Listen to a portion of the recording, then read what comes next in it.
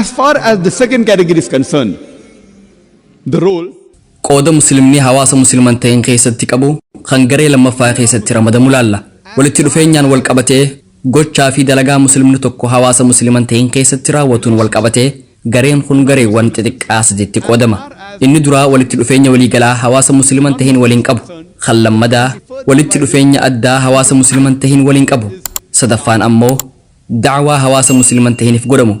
Garee xixiqqaa duraa irratti immoo walitti dhufeenya waliigalaa hawaasa musliman ta'een waliin qabuun wal qabatee haalli jiru waluma fakkaataadha. Namoota musliman ta'eeniifis amanamoo ta'uu qabdan, gaarii isaaniif ta'uu qabdan, haqummaa qabaachuu qabdan, garaa isaaniif laafuu qabdan. Dhimma waliigalaa irratti wantoota guyyuu raawwatan irratti yoo walitti dhufeenyi sun qajeelatti iimaana keessan hin miine akkuma nama muslimaa waliin jiraattanitti nama musliman ta'een waliinis jiraachuu qabdan. Musliimoonni gariin inni muslimaa miti yoon isa sobee humaa rakkoo hin qabu warra ja'uutu jira. Islaamummaan akka kana gootan hayyama isiniif hin kennine. Nama muslimaatii fi nama musliman ta'eenis akka sobdan isiniif hin hayyamne. Islaamummaan haqa nama kamiituu akka dabsitan isiniif hin hayyamtu. Wal fakkaataadha. Wanti kun aayaalee qura'aanaa lama kan suuraa al-mumtahinaa suuraa 60ffaa aayaa 8 fi 9 irratti argaman irraa fudhatame. Rabbi subhaanahu wa ta'aalaa suuraa mumtahinaa suuraa 60ffaa aayaa 8 irratti akkana jedhe. Rabbiin isaan sababaa amantiitiin isin hin waraaninii fi manneen keessanirraa isin hin baasiniif tola ooluu fi haqaan waliin jiraachuu isin hin dhorku. Dhugumatti Rabbiin warra haqa dalagan ni jaalataa jedhe. Kanaafuu bakka tanatti Rabbi wanti nutti hime dhimmi nama musliman ta'een irratti. Warri musliman ta'een yoo isaan sababaa amantii teessaniitiif yookiin iimaana keessaniitiif isin hin lolin yookaan ammoo qubsuma teessan keessaa isin hin ariin Rabbi namoota kanneen waliin haqaan jiraachuu fi tola isaanitti oolurraa isin hin dhorku. Rabbi warra haqa dalaguu fi tola ooluu ni jaalata. Garuu aayaan qura'aanaa itti aanu suuraa mumtahinaa suuraa 60ffaa aayaa 9ffaa irratti Rabbi akkana jedhe.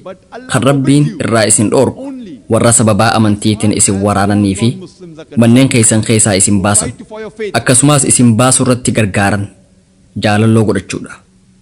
Namni isaan jaalalloo godhate isaan warra of miidharraayi. Kanaafuu namni musliman ta'een yoo sababaa amantii teessaniitiif isin hin lole yookiin yoo mana keessanii isin baase akkasumas namoota sababaa amantiitiin isin waraanan yoo deeggare nama akkanaa waliin firoomuu yookiin dahannoo isa godhachuu Rabbiin irraa nu dhorkee jira. Bakka sanatti Rabbi ifatti nutti hime. Haala nagayaa keessatti namoota musliman ta'een waliin haqaan dalaguu fi tola isaanitti ooluu akka qabnu dubbatee jira. Yoo namni sun sababaa amantii teessaniitiif isin hin lole yookiin qe'ee isin ari'e malee aayaan qura'aanaa tokko kan musliimoonni hedduun dogongoraan hubatantu jira. Rabbi suuraa Annisaa suuraa 4ffaa aayaa 144 irratti akkana jedhe. Yaa ayyuhallaziina aamanuu yaa warra amantan muumintoota gaditti kaafiroota jaalallee hin godhatinaa jedhe. Hiikkaaleen qura'aanaa hedduun jecha awliyaa jedhu hiriyaa jedhanii hiikan. Kanaafuu hiikkaan isaa yaa warra amantan muumintoota gaditti kaafiroota hiriyaa hin taasifatinaa ta'a. Garuu akkaan ayyaadutti inni kun hiikkaa dogongoraati. Jechi awliyaa jedhu nama dahannoo namaaf kennu jedhamee hiikamuu qaba.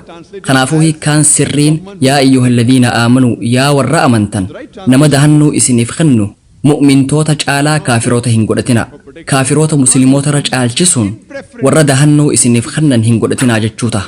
Dhaamsi wal fakkaataan suuraa Almaa'idaa suuraa 5ffaa aayaa 57ffaa fi 58ffaa irratti ibsamee jira.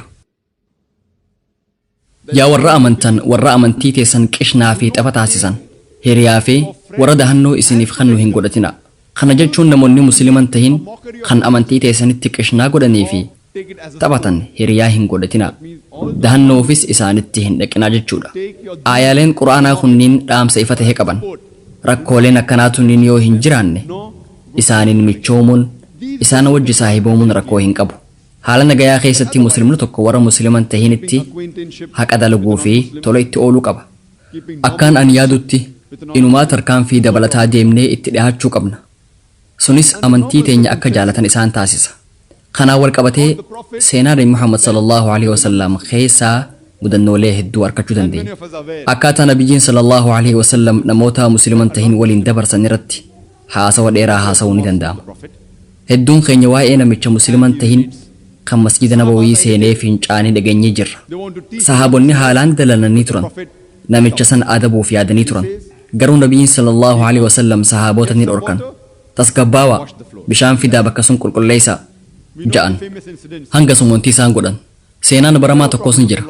Wayita nabiyyiin sallallahu alaihi wasallam karaarra deddeeman dubartii musliman ta'in takka tan guyyuu balfa isaaniitti darbitu takkaatu ture. Wayita isaan karaa mana isaaniitiin dabran dubartii musliman ta'in sun balfa itti darbaa turte. Gaaf tokko wayita nabiyyiin sallallahu alaihi wasallam karaa saniin dabran balfi isaanirra hin buune. Ajaa'iba isaanitti ta'e. Gara mana isii deemuudhaan maaliif akka balfi isaanitti hin darbamne baruu fedhan. Wayita seenan akka isin dhukkubsatte beekan. Akka fayyaa argattuufis du'aayii isiif godhan. Dubartiin musliman ta'in sunis gochaa nabiyyiin sallallahu alaihi wasallam dalagan saniin waan mohamteef islaamummaa qeebalte. Siiraan Nabi Muhammad sallallahu alaihi wasallam keessaa akka hubannetti namichi Yahudaa kan Zayd jedhamu tokko ni jira. Ergamaan Rabbii sallallahu alaihi wasallam maallaqa wahii isarraa liqeeffatanii turan.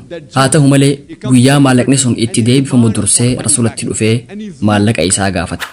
Akkaataan inni itti gaafate akkaataa fokkotaa ture. Maallaqa kiyyanaa kanne je'ee dubbii fofokkottuu dubbataa ture. Yeroon silaa itti kafalamuuf hin geenye. Umar ibn al-Khattab radiyallahu anhu ni dallane.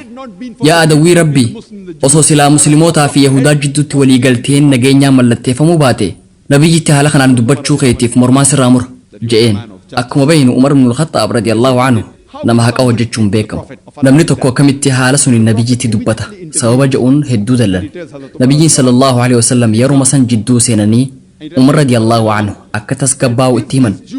Akkasumas Yahudicha kanaaf maallaqa isaa kanniif dabalataanis waan isa sodaachifteef qabeenya gaalonni 20tti qixxaawu kanniif ja'anii Umar ajajan. Guyyaan maallaqni itti deebifamu waan hin geenyeef silaa namichi sun mirga maallaqa san gaafachuu hin qabu.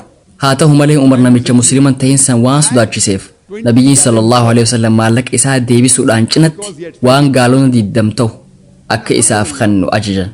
Alhamdulillah Yahudichi sunis dalagaa nabiyyiitiin sallallahu alaihi wasallam waan gammadeef islaamummaa qeebale. Kanaafuu musliimoonni warra musliman ta'initti haqa dalaguu fi tola itti ooluu qaban. Nuti fakkeenya sirrii isaaniif ta'uu qabna. Isaanis saniin hordoftoota amantii nagayaa akka taane beekuu qaban. Muslima jechuun nama fedhinnaa isaa Rabbii ol aaneef kennuun nagaya argata jechuudha. Kanaafuu walitti dhufeenya waliigalaatiin wal qabatee nuti haqa dalaguu fi tola ooluu qabna. Haa ta'u malee waan of eeggachuu qabnutu jira. Yeroo hunda wayita mata duree kanarratti haasa'u waan hin dubbii tiyya keessatti ibsuutu jira.